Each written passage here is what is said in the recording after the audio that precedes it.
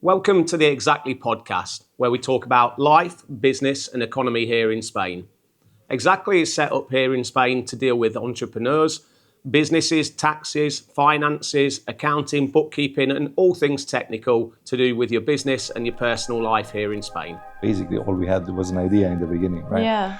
In the last 4 days, we got over 10,000 reach outs. And Yeah. in the same time, try to build a village, right? And every time we hit a wave like this one, the last one, we don't have enough manpower to handle all of it. Wow. We can do another podcast when it all goes to shit, or when we succeed. Yeah. So welcome, Iancu. Thank you for your time today and coming on to this podcast. Why don't we start with you telling us a little bit about yourself? So my name is Iancu Ilies, and we came from Norway 4 years ago. Yeah. We just looking for the sunny climate, I guess, and I don't know. Spain is such an exotic place coming from Norway. Like that's what we're being advertised to believe, that it's just drinks by the beach and the sunny life, chill lifestyle. Yeah. I mean, did you know the Norwegians don't even call Spain Spain? They call it Sweden, which means the south.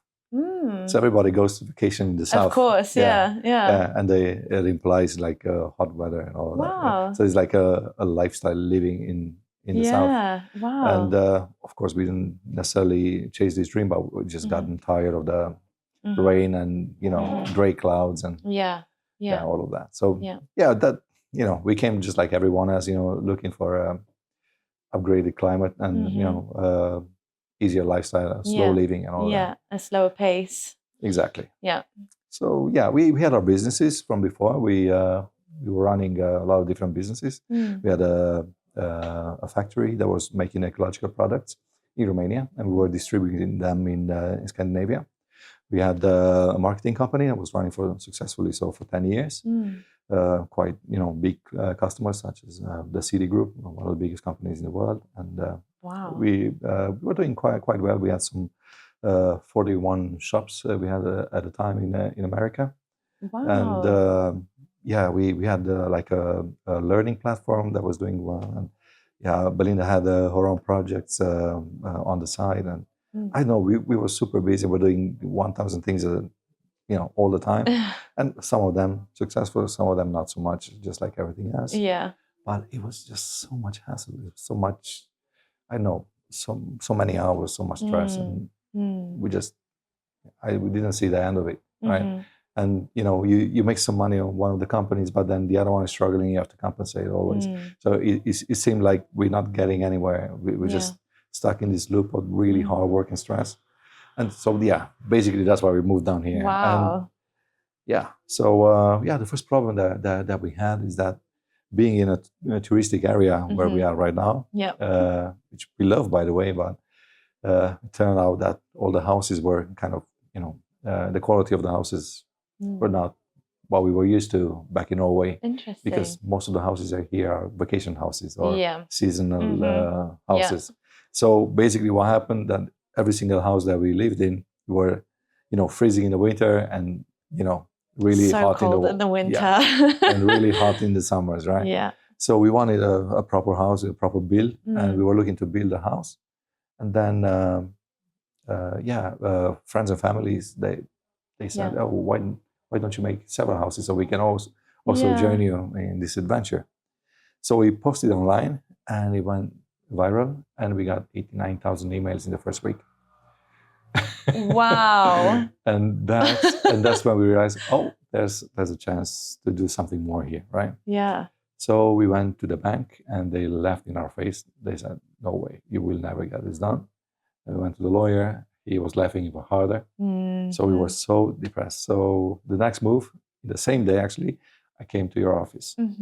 I was previously your client with my other company that I'm not using anymore.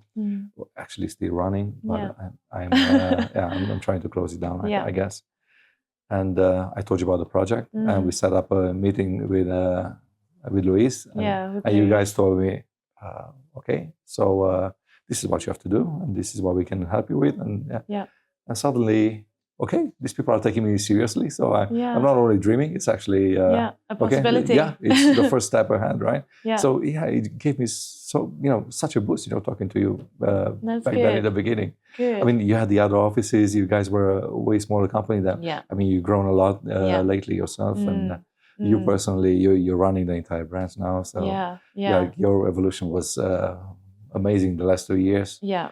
It's been a journey for both of us, I think. Yeah. And here we are today, and it's it's becoming a reality, both our project and your company's growth. Yeah. So where are you in the project at the moment then? Well, it's been a lot of back and forth with the paperwork, as you can imagine, and the land purchase was actually one of the biggest nightmares. It was owned by different parties. The bank owned a little bit of it, and then 2 other parties owned the rest. So trying to figure out to navigate that landscape, even the parties that own the land privately, they didn't bother to register their land in their own name at the notary. So they bought it from the bank, but they didn't bother registering it. So we had to go back years, and they had to do all this work. They were not aware that I had to do it. And it cost them a lot of money. So we had to, balance, paperwork and their input and money, and so on and so forth. And of course, the project being so young, we didn't have millions to throw at them. So we had to do deals where we were gonna pay them over 2 years. Or So try to structure that. It was so difficult, and hands off to my partner Stephen that managed the entire process. Stephen, you mostly talk to Stephen. We've been working together on a monthly basis quite closely to make sure that everything is up to date with the accounts and everything.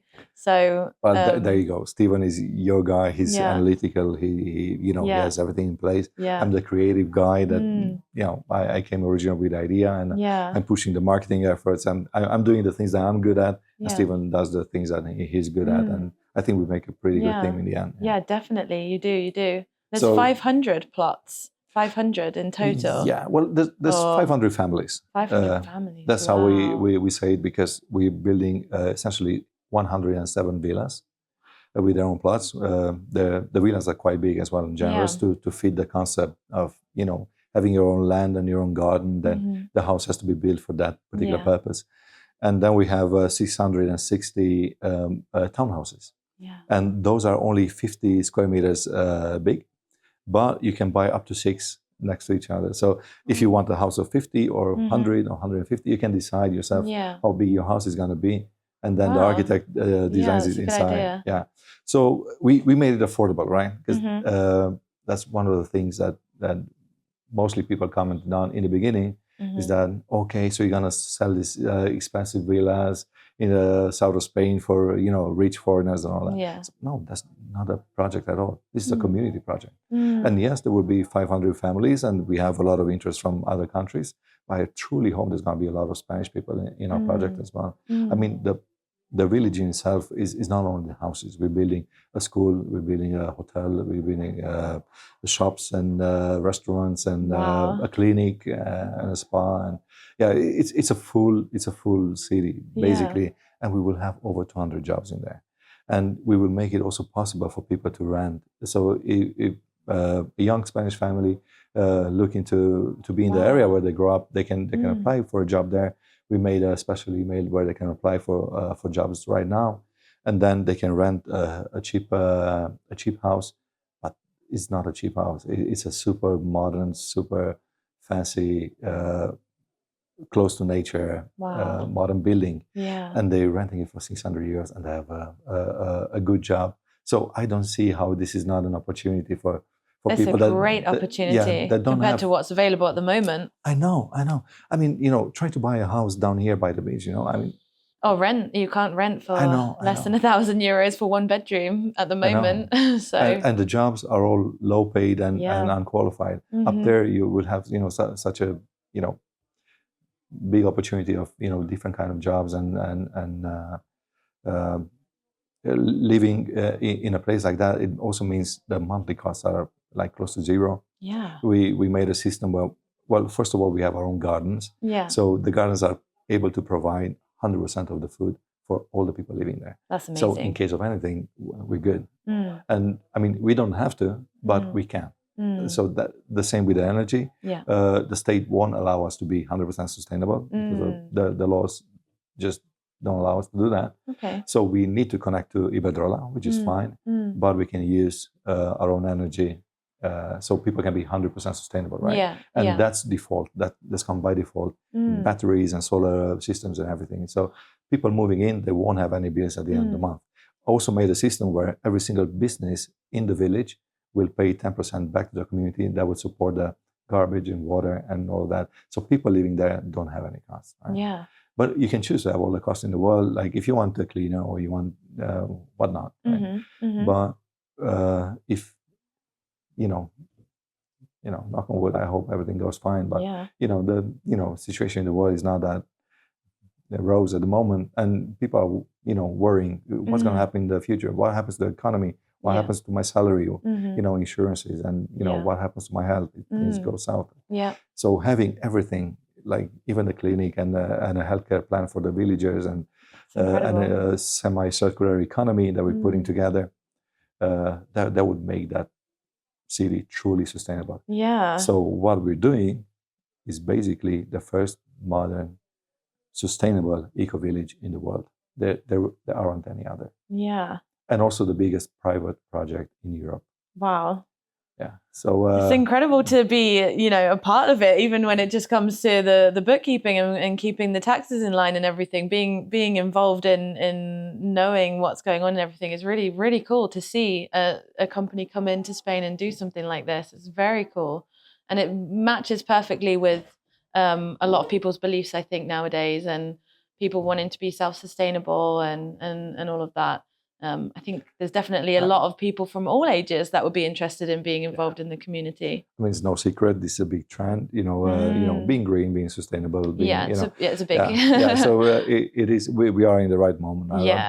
But it doesn't mean that it's not the best thing in the world. It just means that it's getting way more attention now than before. Yeah. Which is very positive for us. A lot more people care about their health and being healthy and sustainable and eating green and clean, and things have changed definitely in the last few years, I think.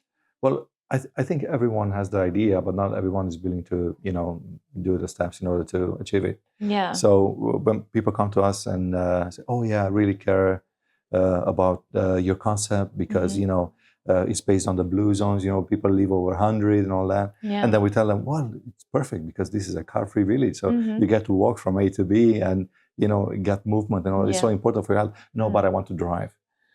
Okay, so you care about the health, but you're not willing to give anything up, right? That's interesting. Yeah. So actually, I made one of the streets in the village, right by the entrance. It's called the pollution alley. Okay. Yeah, and you're allowed to drive in there and have your car. So if you cannot live without your car, you have like 10 choices. Yeah. Interesting. So you're budging a little bit. Yeah, a little bit. I need to. Yeah, like some people just couldn't live without their cars. Yeah, that is crazy as well. That concept. I think until you get used to it, I think a lot of people can live without them. They just don't want to, or maybe don't want to try or something. Yeah, I know. Like I said, people are very excited about the concept, but not everyone is, willing to go, the whole way to achieve, a better life and a better job and more time off and less costs and just have a nice, peaceful, quiet, fantastic life. Yeah. In comfort, modern comfort, right? Yeah, sounds amazing. I know. When I'm talking about it, sometimes I sound like a lunatic. I'm aware of it. But, well, I imagine that's how the Spanish administration has probably pushed back on you. How has that process been, dealing with the bureaucracy in Spain and the slower way of life that you wanted when you came to Spain? How has that affected the project? Well, I think you know a lot about that because every time we got an issue, the first call is to Sarah. Yeah, because everything requires paperwork, and a lot of that paperwork you guys provide for us, right? Mm-hmm. So, for example, when we apply for loans to the bank, we couldn't even get an offer or discussion with them going without having the papers for the previous year. Yeah. And since the company was new, we had to wait until January to get Yes. those. And then we had to press you over and over and over again to get it the 1st of January. To get it on the 1st or then the 5th. So exactly. Yeah, so like a lot of the issues that we encounter with the bureaucracy, paperwork, and also the banks and loans, and it's all connected to the documents that we have, and very often financial documents that you guys are helping us with. I'm not entirely sure how that works actually, to be honest with you, but all I know is that we call you and you fix it, and that's nice. Yeah, and I said to Stephen, he said, can we have it for the 1st of January? I was like, well, technically it's not 100% possible, but we'll do our best. And it took a little bit longer in the end, but I definitely think that because of us being catered to foreign people as well, and being foreign, not all of us, but some of us as well, that mindset of when you really need something and you need it fast and you can't wait, rather than the Spanish slower sort of lifestyle where things are provided tomorrow. We did really try and get it to you as quickly as possible, knowing that it was important, because if it's important to you, then it's important to us, and we have to do what we can to help. So, well, everything that you do is greatly appreciated. Just so you know that. I'm not saying that because of the camera, but we really appreciate it. Yeah, I know that what we pay you guys. I know you have your business model, and it works obviously really good for you, and being such a big project, we have demands that are out of the ordinary, and we always get help. But just so you know, we are aware that we basically pay you peanuts, and we pay for the Dacia, and we're expecting a Rolls Royce. Well, everybody does. I know, but we really appreciate it. That's good. And anyway, our packages are based on volume. Primarily, and so at the moment on the basic packages it sort of works. I did say to Stephen that as you grow and as you get more movement, which you should be getting soon, then steadily we'll increase the packages. But you've got lots of different bits and pieces coming on, and so we try and be fair as well, rather than just there's a lot of companies and a lot of law firms and a lot of companies in this area that just because you're foreign maybe or whatever, they can charge a fortune, but that's not our way of doing things. So within reason, of course. Like I said, I almost feel guilty that you guys are not charging more. But I really appreciate growing together with us. And that, you've been part of this project since the very beginning. Like you were the first person that told me, okay, how do we go on, instead of you're crazy and should be locked up. So, no, we probably thought that afterwards when you left. I'm joking. I'm joking. Actually, our architect always tells me, we've been working with Jose Escobedo. We've been working with him since the beginning. And he helped us so much in the beginning when we had nothing, right? I can imagine. And now in one of the last meetings, he said, the only reason you pulled this off is because you were stupid enough to believe that you can. We had no idea. And you probably noticed that after I left the room that first day, but really we had no idea how big this is going to be and how difficult. It's so important to have that belief in your own project or your own service or whatever it is that you want to do in life, not just in business, but if you don't believe it, no one else is going to. And then you just accumulate along the way other people that believe as well, and it grows and it will grow into a community. Well, we can do another podcast when it all goes to shit. Or when we succeed. Definitely to see the final product. That would be amazing, and do a little tour. I can't wait to see it, to be honest. Actually, you know what? We advance so much now with the infrastructure. All the roads are cut. You can drive in the entire village now, and you can see the different areas. Most of the plots are already marked, and you have the little picture there with the house that's coming on. And the show house is also up, and we're building the show house now. Next month, actually, we have a gathering with a lot of our customers and members. So we all gonna meet on the show house, in the garden of the show house. Oh, wow. We're gonna have this, it's like 100 people. That sounds amazing. And what a way to kick it off as well. Maybe you can join that. I would love to. I would love So to. you get to. I mean, I maybe can't afford a deposit yet to put on to buy a house, but maybe one day soon. Well, I'll give you a discount. Appreciate it.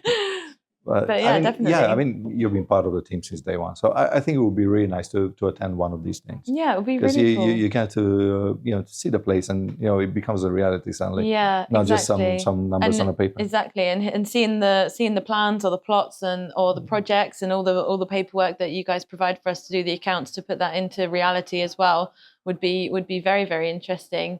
And seeing it all come to life would be very cool. Yeah, definitely. Yeah, well, I'm not gonna talk numbers in this podcast, but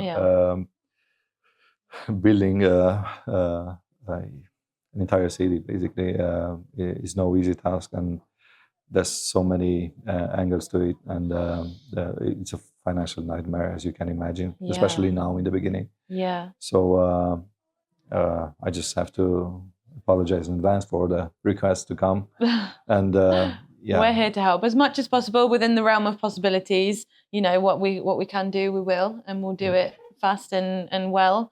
And what we can't, if there's something more that a lawyer should do or whatever, then we're always honest and about those kind of things. Well, I really appreciate all the advice that we got from you, like legal advice. And I mean, you're not just an accountant, right?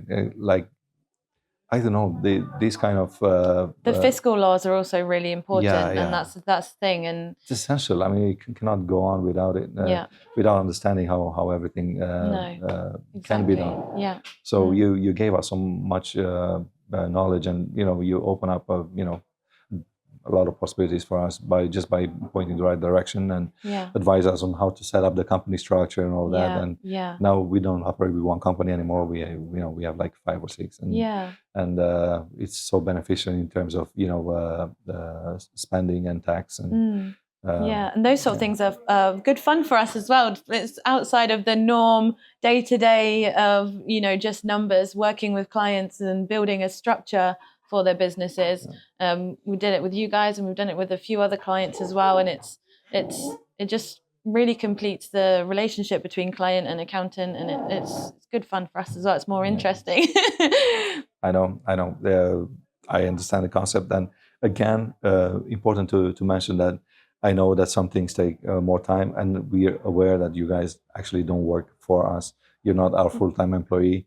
And we have no problems waiting. And I know that when things are urgent, you always show up and you always do what you're supposed to do. So, I mean, I can't really say anything negative about you guys. I was actually, when you invited me to talk in this podcast, I was thinking, okay, how can I present things in a way that doesn't sound too exciting from my part? I'm not trying to lift you up or anything like that.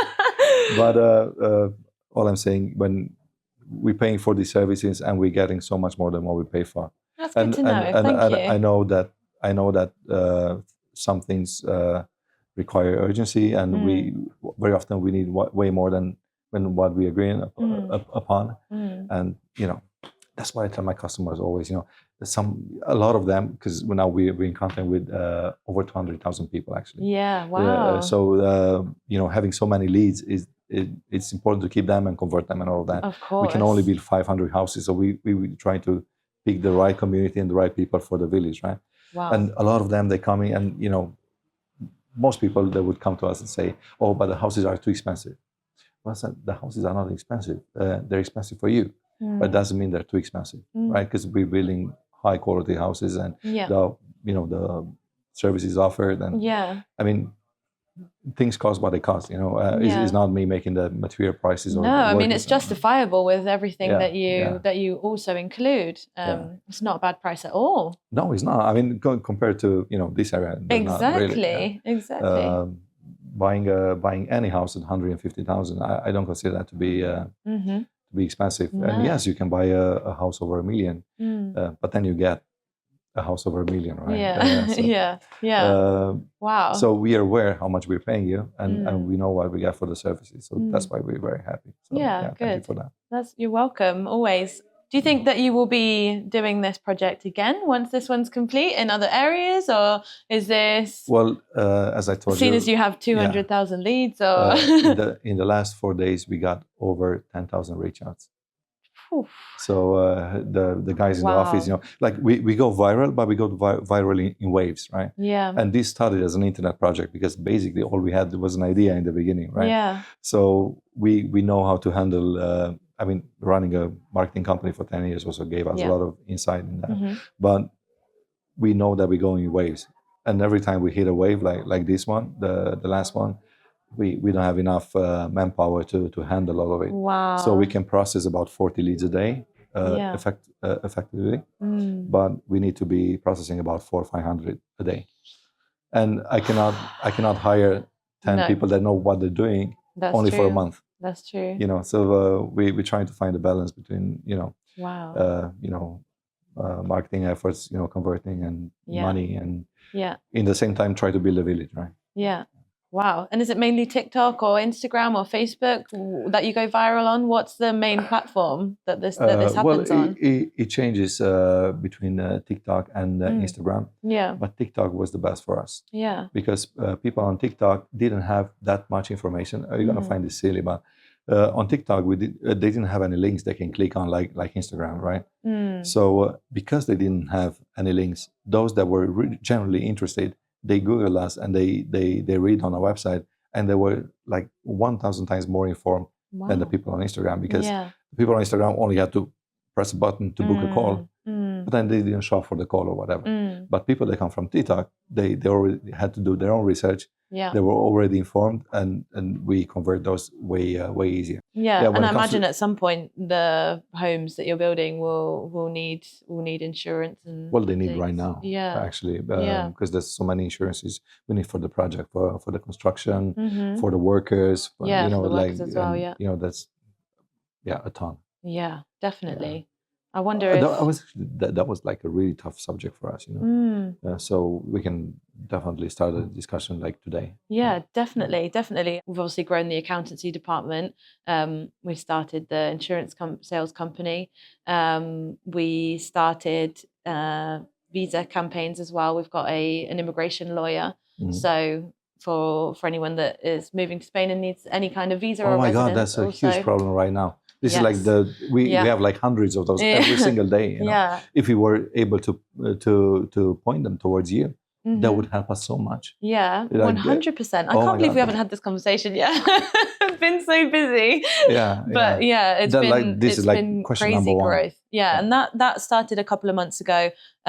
He's brilliant. Our immigration lawyer speaks fluent English as well, so it's really easy. Oh my God, it's really easy. We were looking for this person like literally for months, and we couldn't find anyone to help us with it. We also now have an internal payroll department with an employment lawyer. So and also we have HR, which is our own growth. But we've grown so much, so that's what we've added, the insurance department as well. I'm so politically incorrect. We cannot have an HR department. we were concerned about it. I'm not gonna lie, but it's really important because we've got 39 members of staff now, and moving the company forward is also about keeping people happy and making sure that the environment here is a pleasant place for people to be, and making sure everything's in condition. And there's so many different laws when it comes to employment, so it's really important that somebody keeps on top of all of those points when you grow. That's very smart. I mean, we're growing our team obviously now, but we don't have that many people in the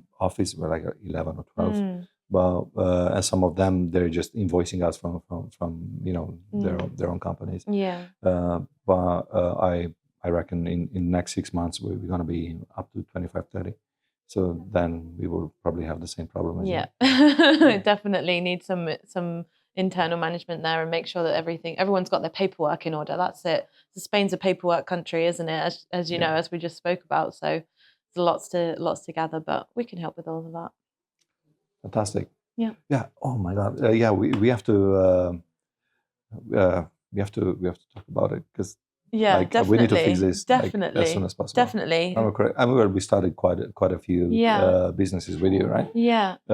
So basically, what happened is that we came to you, told you what we want to do, and then you prepared all the paperwork. You gave us, we need to choose 5 names. So we set up the original company. You even set up the notary appointment Like, I forgot about all of this. yeah, I literally didn't have to do anything. Like you basically done it. Yeah, and back then, the whole process of arranging a notary appointment. This is something that we've been pushing for change. Was that it took a good few months to do the whole notary process and for the escritura to be registered by the commercial registry office. From then, when we did your first company to now. It can be done within 48 hours and people don't even need to leave their homes. There's notaries that work with online signatures. The whole thing has developed immensely since back then. So we're able to actually set Spanish limited companies up really quickly without, What do you mean quickly? Well, within 48 hours for the commercial registry office. So let's say between the name application and if you want to open a bank account or not, because you can also do that before or after, about a week. Oh my God, really? Yeah. Wow. Yeah. That's record setting. The last step is dependent on the notary and how quick they want to print and gather all the documentation, which is actually the point that's taking us longer than any step. But there's this sort of new online portal area, which not a lot of companies know about. But if you know how to use it properly, then it's a lot of administration work. So usually perhaps other companies like ours would prefer to go the normal route because it's less paperwork, less work for them to do. But it's quite a job to get all of the information onto the system, and being at a new system, sometimes it fails, and then you're doing it 300 times before you can actually get there. But once you get there and you sign at the notary, then you're registered with the Social Security, you're registered with the tax office, the escritura goes to the commercial registry office and inscribes it within 48 hours, and it's all done electronically to all of the different administrations at once. So it's a really incredible system. It's just not that many people know that it exists or how to use it or what to do with it. So that's something that we've started in a fast SL process as well as you can do it the normal way. But a lot of our clients are doing it the fast way now. So wow, that was yeah, things have changed a lot. Definitely. I mean, I thought it was stress-free and it went very smooth when we began with our companies, but definitely. Obviously things have improved since then. Yeah, definitely. Before it was you have your different steps, just a waiting game. So as you say, you apply for the names, and then you go to the bank, and then you go to the notary, and then you have to wait a good few months for the commercial registry office to actually set to register the escritura. But now it's a lot faster. Yeah, we're still playing the waiting game with paperwork and bureaucracy. See, I think a few the last few that you've set up have been through the notary direct, so they will do it the slow way all the time. So you can use us next time, and we'll do it the fast way. Well, now I know. I'll tell Stephen too. Yeah, please let him know. Yeah. And then, from the first one, with different collaborations or different parties coming in, different SL companies, then you formed a structure where I think now you have the holding company with various different branches coming down, and it's all more structured now, I think. Well, yeah, it is. I mean, we're probably still a small client for you. Because well, there's some activity, but it's not as much as it will be in a year from now. Yeah. Having 200 employees and is going to change things. Yes. We're probably going to be your biggest customer. Yeah, well, I imagine so, to be honest, and that's always in the back of my mind. I think that it will be really big as well. Payroll would really help out, actually. Yeah. Well, at the moment, we do provide payroll services, but now having an in-house employment lawyer just makes everything a lot more straightforward for us as well, to be able to communicate in English and to also just be, say to someone who's next to you, oh, hey, what's this, or how do we do this, rather than calling up somewhere else or finding the information. So it's definitely handy to have everything in-house. But But 200 employees, that's a lot. That's going to be... Yeah, I don't know how we're going to structure that. I mean, what we've done now, we have our holding company and we have the developer. We couldn't legally have the construction company and all the others as well, because that's the way it is. So we privately partner with a constructor. So we're running the factory and we're running the construction site together with to have control over the money and the time frame and all that. So that was a smart move, I feel, from our side. But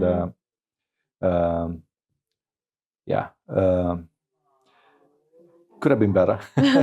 Could have been better. It could have been done through you. So next time. Yeah. Well, it's not set in stone. Yeah. It's not set in stone, and the project will evolve and will grow naturally. And we're probably gonna have the need for more companies. And all that. We'll need to have 10 employees just for you. I hope so. That means we're doing well. That means that both of us will be doing well. Exactly. I can't wait. We're so excited. Yeah, it's an exciting concept. And as soon as, things are really moving, the construction, and because you have a lot of interest, so we're literally for you probably talking 12 months from now, or until you have the community sort of in motion, or do you think it's going to be a more long-term project? It's going to take 5 years. It's going to In take total? 5, in total from now. Wow. So construction, the heavy lifting, we start from end of this year. Yeah. And it's going to gradually ramp up to something that's going to be absolutely crazy in 2 or 3 years from now. And then in 5 years from now, everything should be done and running. Wow. And then there will be a lot of businesses inside of the village that will require your services. So it's going to ramp up even more, because they're going to be like, 50, 60 businesses, like hotel, for example, high luxury hotel with 5 stars hotel that need to operate in there together with the clinic, together with the restaurants, together. So everyone needs their own accounting, and it's just. Maybe we'll need to have a little office up there. That would be great. That would be good. Great. A little branch just for the math. Yeah, that would be. I'm gonna suggest that. Well, our biggest issue now. I mean, I understand that handling so many people and such a big volume is difficult. And all that. So of course we're looking into outsourcing companies that can provide workers and just work on a certain project, so we don't have to handle it ourselves. Yeah. But effectively we're losing money to do that. And the project being so big, the difference between X amount of money or X plus 1 amount of money can be millions. Right? Yeah. So we're trying to balance all of this just by looking to the bigger picture, and we have people working with a cash flow and time flows every single day, and trying to take the best decisions. Try to spend the money in the best way possible. Take as little risk as possible. Definitely. I think it's important to have something internal when it comes to administration or financial decisions and things like that. Luckily we have some talented people there. I'm horrible. I am a creative soul. I understand the concept and talking to people and all that, but when it comes down to numbers, it's like Steven. He's the guru of numbers. No, he is good. Good partnership for sure. Such a lovely guy as well. Definitely. The question that we usually do to people that come on the podcast here with us is, what 3 tips would you give to someone that is also looking to come to Spain and start their dream business here in Spain, start a company here maybe? What tips would you give them? Well, I'm not sure I can structure that in a useful way, but the first tip I can give them is find yourself a good accountant that speaks English, because so much miscommunication happens when you have Spanish accountants. Some of them speak some English, and some of them don't speak any, and that was my experience from before. So when as soon as I switched to you guys, everything was so easy. And the way you do things now, that's like number one. That it's just, you don't have to think about it. That's number one tip. Yeah. I think I agree. Get in touch with Exactly and set up everything correctly from the first step. Yeah. Then obviously, I mean, I know that people may be running business in their own countries. Here in Spain is different, so it just don't be afraid to ask for advice. Yeah. And usually from you guys, I mean, you offer us so much advice, like legal advice and regarding setup and all that. And I mean, I don't really want to give business advice to people because each to their own, and all businesses are very, very different. Definitely. But this is somehow the land of milk and honey. If you really work for it, I don't see any reason why people cannot succeed in Spain. I mean, the market is here, the people are here, the money is here. Yeah. You just need to do a good job and stay true to your concept. I guess everyone can succeed if they just work hard enough. Yeah. Like, I told you the first 2 meetings told me I'm crazy, and then you came along and you started making a plan for me. Yeah. So yeah, we get your first and the second no.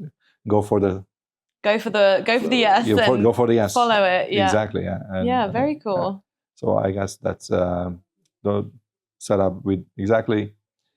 Don't be afraid to ask for advice because you're gonna need plenty. Spain is very different. Yeah. And stay true to your concept and work hard, I guess. Yeah. I agree. I agree. Thank you. It's been a real pleasure speaking with you today and having you as part of our podcast. If people want to find out more information or do some research of their own or visit your websites, how can they get in touch with you guys? Well, what I tell everyone is to search us up. And our website is modernicovillage.com, or just search for Modern Eco Village Spain, and you're going to find us straight away. Cool. And we're going to try our best to find a solution for everyone.